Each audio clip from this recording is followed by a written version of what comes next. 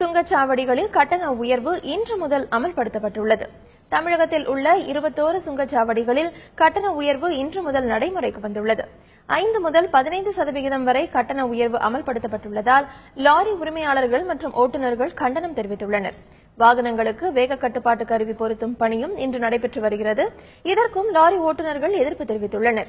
வரும் 16ஆம் தேதி பெங்களூருவில் லாரி உரிமையாளர்களுக்கான கூட்டம் நடைபெற உள்ளதாகவும் அதில் அடுத்த கட்ட போராட்டம் குறித்து அறிவிக்க உள்ளதாகவும் லாரி உரிமையாளர்கள் தெரிவித்துள்ளனர்.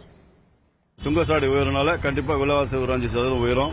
வாடகையில் 1% உயர்த்த வேண்டிய சூழ்நிலை எங்களுக்கு வருவதில்லை. வருகின்ற 16/4/2018 பெங்களூர்ல அகில இந்திய லாரி உரிமையாளர் வேலைநிறுத்தம் சம்பந்தமாக அகில இந்திய செயற்குழு உறுப்பினர் கூட்டமும் தென் மாநில செயற்குழு கூட்டமும் திரு சென்னாரெட்டி அவர்கள் தலைமையில் பெங்களூர்ல கூடி அடுத்த கட்ட ஒரு வேலை நிறுத்தத்துக்கு ஏன்னாக்கா இந்த ஏப்ரல் 1ஆம் தேதி வெறும் சுங்கச்சாவடி மட்டும் உயர்வு இல்லை, இன்சூரன்ஸ் கம்பெனில 30% உயர்வு. சுங்கச்சாவடி கட்டண உயர்வை ரத்து செய்ய வேண்டும் என தூத்துக்குடி மாவட்ட டிப்பர் லாரி உரிமையாளர்கள் கோரிக்கை விடுத்துள்ளனர்.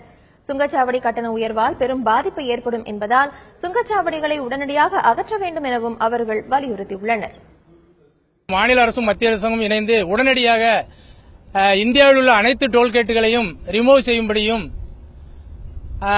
அப்படியானால் சாலைகளை பாதுகாக்க ஒரு சிறு அளவு கட்டணம் வசூலித்து இதை செய்யுமாறும் இங்கு தூத்துக்குடி லாரி உரிமையாளர்கள் சார்பாகவும் டிப்பர் உரிமையாளர்கள் மற்றும் அனைத்து லாரி உரிமையாளர்கள் சார்பாகவும் இதை நாங்கள் கேட்டுக்கொள்கிறோம்.